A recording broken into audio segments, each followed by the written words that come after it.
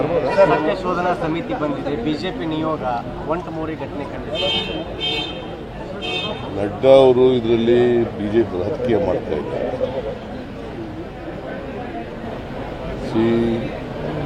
ಹೆಣ್ಮಗಳ ಮೇಲೆ ದೌರ್ಜನ್ಯ ಆಗಿರೋದು ನಿಜ. ಕಾನೂನು ರೀತಿ ಏನೇನು ಕ್ರಮಗಳು ತಗೋಬೇಕು ಸರ್ಕಾರ ಎಲ್ಲ ಕ್ರಮಗಳನ್ನ ಕೂಡ ತಗೊಂಡಿದೆ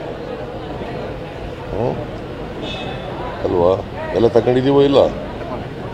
ನಮ್ಮ ಹೋಮ್ ಮಿನಿಸ್ಟ್ರು ಕೂಡಲೇ ಆಸ್ಪತ್ರೆಗೆ ಹೋಗಿ ವಿಕ್ಟಿಮನ್ನು ಭೇಟಿ ಮಾಡಿ ಅವ್ರು ಸಾಂತ್ವನ ಹೇಳಿ ಸರ್ಕಾರದಿಂದ ಪರಿಹಾರ ಕೊಡ್ತಕ್ಕಂಥದ್ದು ಮಾಡಿ ಮತ್ತು ಅಕ್ಯೂಸ್ಡ್ನ ತಕ್ಷಣ ಅರೆಸ್ಟ್ ಮಾಡ್ತಕ್ಕಂಥದ್ದು ಮಾಡಿ ಎಲ್ಲ ಸರ್ಕಾರ ಕಾನೂನು ರೀತಿ ಏನೇನು ಮಾಡಬೇಕು ಎಲ್ಲ ಮಾಡಿದೆ.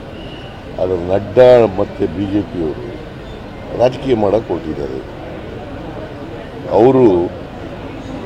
ಅವ್ರ ಕಾಲದಲ್ಲಿ ನೀವು ನ್ಯಾಷನಲ್ ಕ್ರೈಮ್ ಬ್ಯೂರೋ ತೆಗೆದು ನೋಡಿ ಎಷ್ಟು ಜನ ಹೆಣ್ಮಕ್ಳ ಮೇಲೆ ದೌರ್ಜನ್ಯ ಆಗಿದೆ. ನ್ಯಾಷನಲ್ ಕ್ರೈಮ್ ಬ್ಯೂರೋ ತೆಗೆದು ನೋಡಿ ಎಷ್ಟು ಜನ. ಇವತ್ತು ನಿನ್ನೆ ಒಂದು ಜೈಲಾಗಿದೆ ಗೊತ್ತಾ ನಿಮಗೆ? ಗೊತ್ತೇನ್ರಿ? ಏನು ಉತ್ತರ ಪ್ರದೇಶದಲ್ಲಿ ಯಾರ ಮೇಲೆ ಆಗಿರೋದು? BJP MLA. ಏನು ಮಾಡಿದ್ದ ಅವನು? 9 ವರ್ಷದ ಹುಡುಗಿ ಏನು ರೇಪ್ ಮಾಡಿದ್ದ. ಯಾರು ಅವನು? BJP MLA. ಅದಕ್ಕೆ ನಡ್ಡಾ ಏನು ಹೇಳ್ತಾರೆ? ನಾನು ಇದನ್ನು ಖಂಡಿಸ್ತೀನಿ. ನಾನು ಈ ದೌರ್ಜನ್ಯ ಹೆಣ್ಮಗಳ ಮೇಲೆ ಆಗಿರೋದನ್ನ ತೀವ್ರವಾಗಿ ಖಂಡಿಸ್ತೀನಿ. ಯಾರು ತಪ್ಪು ಮಾಡಿದರೆ ಅವ್ರಿಗೆ ಕಠಿಣವಾದಂಥ ಶಿಕ್ಷೆ ಆಗಬೇಕು. ಮತ್ತು ಇಂಥವೆಲ್ಲ ನಡೀಬಾರ್ದು. ನಾಗರಿಕ ಸಮಾಜದಲ್ಲಿ ನಾಗರಿಕರು ತಲೆ ತಗ್ಗಿಸ್ತಕ್ಕಂಥ ಕೆಲಸ ಇದೆ. ಯಾರ ಕಾಲದಲ್ಲಿ ಆಗಲಿ, ನಮ್ಮ ಕಾಲದಲ್ಲಾಗಲಿ ಯಾರ ಕಾಲದಲ್ಲಾಗಲಿ. ಕಾಂಗ್ರೆಸ್ ಗೌರ್ಮೆಂಟ್ ಎಲ್ಲಿದಾವ ಅಲ್ಲೆಲ್ಲ ಈ ರೀತಿ ಕ್ರೈಮ್ಗಳು ನಡೀತಾ ಇದ್ದಾವೆ.